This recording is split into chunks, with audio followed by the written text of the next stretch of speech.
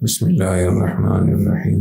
جب اللہ تعالیٰ عمرے کی حج کی توفیق دے، اس کی پہلے سے تیاری کرنی چاہیے۔ بہت سارے علماء سے میں پوچھتا ہوں کہ آپ نے تیاری کی ہے، حج اور عمرے کے احکام پہ نظر ثانی کی ہے، اس کو یاد کیا ہے؟ تو اکثر لوگ کہتے ہیں نہیں، ہم نے تو بس ایسے پڑھا تھا، بس وہی یاد ہے۔ اتنی عظیم الشان عبادت ہے، اتنا بڑا رکن ہے اسلام کا، تو پہلے سے اس کے فضائل اور اس کے احکام اور سیرت اور قرآن حدیث کے حوالے سے جو اس سے متعلقہ آیات اور احادیث ہیں ان کا ضرور مطالعہ کرنا چاہیے، اور وہاں جا کر سیرت کو خاص طور پہ پڑھنے کا اہتمام کرنا چاہیے۔ علماء کرام کے لیے خاص طور پہ طلباء اور علماء حرمین شریفین میں جن معمولات کا اہتمام کرنا چاہیے، اس میں ایک یہ بھی ہے کہ سیرت طیبہ کو پڑھنا چاہیے۔ اسی طریقے سے تاریخ اور مقامات کے جو فضائل ہیں، جو اہمیت ہے، حرم شریف کی کیا اہمیت ہے، حدود حرم،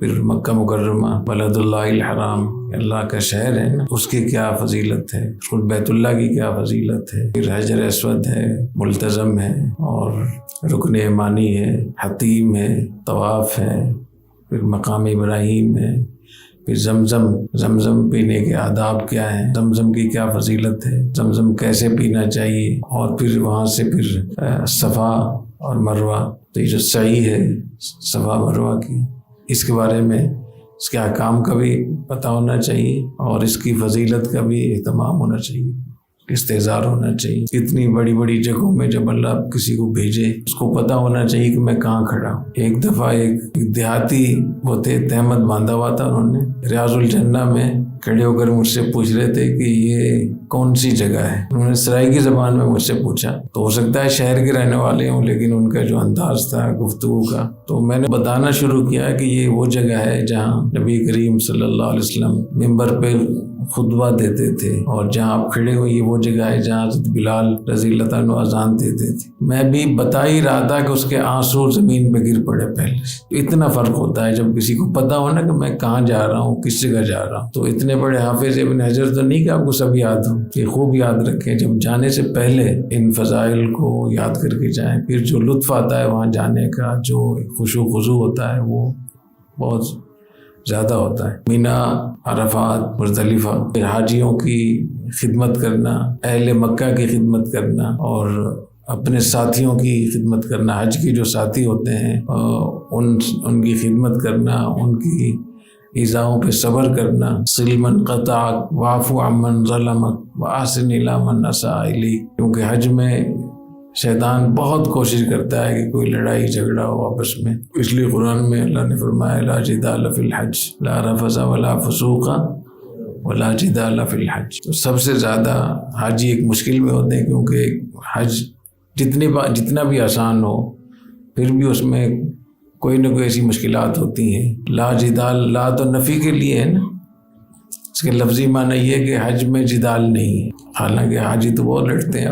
تو اس میں بتایا گیا ہے کہ اصل میں ہے لا تجادلوا فی الحج، حج میں جھگڑا نہیں کرنا۔ پھر یہ حکم اتنا اہم تھا کہ لوگوں نے اس پہ اتنا عمل کیا کہ جدال بالکل ختم ہو گیا۔ اب اللہ فرما رہے ہیں لا جدال فی الحج۔ یہ ایک ابلغ طریقہ ہے پیغام پہنچانے کا۔ ایک تو یہ کہ حج میں لڑائی نہیں کرنا، جھگڑنا نہیں، یہ تو ایک نئی ایک حکم ہے نا، کیسا لا جدال، یہ کہ ہم نے حکم دیا تھا، ہم نے منع کیا تھا، اور لوگوں نے اس پہ عمل کیا، اور اتنا عمل کیا کہ سرے سے جدال کی جنس ہی ختم ہو گئی، اور اب ہم کہہ رہے ہیں لا جدال فی الحج۔ تو اس کا خاص طور پہ اہتمام کرنا چاہیے۔ تو حج میں بہت بڑی بڑی اسباق ہوتے ہیں سیکھنے کے لیے۔ سب سے بڑی کہ اپنے نفس پہ کیسے کنٹرول کرنا ہے، صبر کیسے کرنا ہے، قربانی کیسے دینی ہے۔ اور اللہ تعالیٰ کس طریقے سے ہر چیز سے نہتہ کر دیتے ہیں، ٹوپی، پگڑی، رومال، اور جتنے بھی لوگ پینٹ شرٹ پہنتے ہیں ہر چیز بالکل نہتہ کر کے، اور دو کفن کے دو کپڑے ہوتے ہیں، دو چادریں، اس میں اللہ تعالیٰ کر دیتے ہیں۔ اور میں نے درجنوں بادشاہوں کو دیکھا اپنی عمر میں، جو بڑی ان کی وہ تھی، لیکن وہاں میں نے ان کو دیکھا کہ وہ بھی انہی دو کپڑوں میں تھے۔ قذافی کو دیکھا، ضیاء الحق کو دیکھا، ملک فہد کو دیکھا، ملک عبداللہ کو دیکھا، اور صدام کو دیکھا، مرسی کو دیکھا. اللہ تعالیٰ نے اتنی بڑی جگہ بنائی ہے وہاں کے جو بھی جاتا ہے وہ، چاہے وہ بادشاہ ہو، چاہے کوئی شیخ ہو، مفتی ہو، کوئی بھی ہو، سب کو ایک اپنے ہتھیار ڈال دیں بس. تو اللہ کے سامنے ہتھیار ڈالنے چاہیے، اور اللہ کی محبت حاصل کرنے کا بہترین ذریعہ ہے. اللہ تعالیٰ اپنی محبت نصیب فرمائے. حضرت مولانا ڈاکٹر شیر علی شاہ صاحب نے فرمایا کہ ان کو خیبر پختونخوا کے چیف سیکرٹری تھے عبداللہ صاحب، ابھی کچھ پچھلے سال ان کا انتقال ہوا ہے. بہت اللہ والے، بہت نیک آدمی تھے. انہوں نے بتایا کہ میرے ساتھ کچھ پنجاب کے حاجی تھے، تو ایک بوڑھے میاں تھے، گاؤں کے رہنے والے تھے. حجر اسود کی جہاں سے نیت کی جاتی ہے وہیں سے پہلے سے ہی نیت کرنا شروع کر دی انہوں نے. تو میں نے کہا حاجی صاحب، بابا جی یہاں سے آپ کو نیت کرنی ہے. تو وہاں پہ نیت کرنے کا طریقہ یہ ہوتا ہے نا کہ اللہ اکبر کہتے ہیں پہلی دفعہ، کانوں تک ہاتھ اٹھاتے ہیں، دوسری مرتبہ پھر استلام کے لیے، اگر استلام کا موقع ہوتا آج کل ہوتا نہیں، تو پھر وہیں سے ایسے کر کے ہاتھوں کو چوم لیتے ہیں. تو وہ بابا جی کو جو نیت آتی تھی وہ انہوں نے یہ نیت کی کہ پنجابی میں نیت کی، یا اللہ میں آ گیا پھرنے کا ہی نہیں آیا سی. یا اللہ میں آ گیا ہوں، پھر نہیں کہنا کہ نہیں آیا تھا. تو کہہ رہے ہم ہنسنے لگے اس پہ کہ یہ کیسی نیت تھی. تو کہہ رہے چند قدم گئے اور گرے، فوت ہو گئے. وہ آخری الفاظ تھے ان کے. تو بعض لوگ کہتے ہیں اللہ والے ہوتے ہیں، ہم تو ظاہر پہ فیصلہ کر رہے ہوتے ہیں، اس لیے کبھی کسی کو حقیر نہیں سمجھنا چاہیے.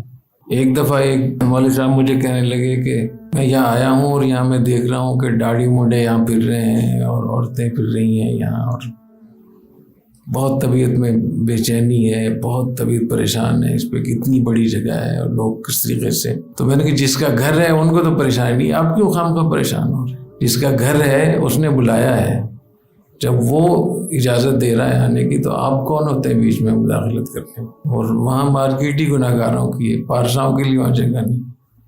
ایسا جو اپنے آپ کو پارسا سمجھتے ہیں وہاں کوئی ویلیو نہیں ہے. وہاں اسی کی ویلیو جو اپنے آپ کو گناہ گار سمجھے، روئے دھوئے، اللہ سے معافی مانگے. تو اللہ تعالیٰ حج کو آسان فرمائے. دعاؤں کی درخواست آپ لوگ دعا کریں گے انشاءاللہ. وہاں بہت مجھے محسوس ہوتا ہے کوئی میرے لیے دعا کر رہا ہے، کیونکہ بہت مشکل سفر ہوتا ہے. اس میں اللہ تعالیٰ آسانیاں پیدا فرماتے ہیں، توفیق عطا فرماتے ہیں. تو میں آپ کے لیے دعا کروں گا، آپ میرے لیے دعا کیجیے گا. سبحانک اللہم و بحمدک، اشہد ان لا الہ الا انت، استغفرک و اتوب الیک.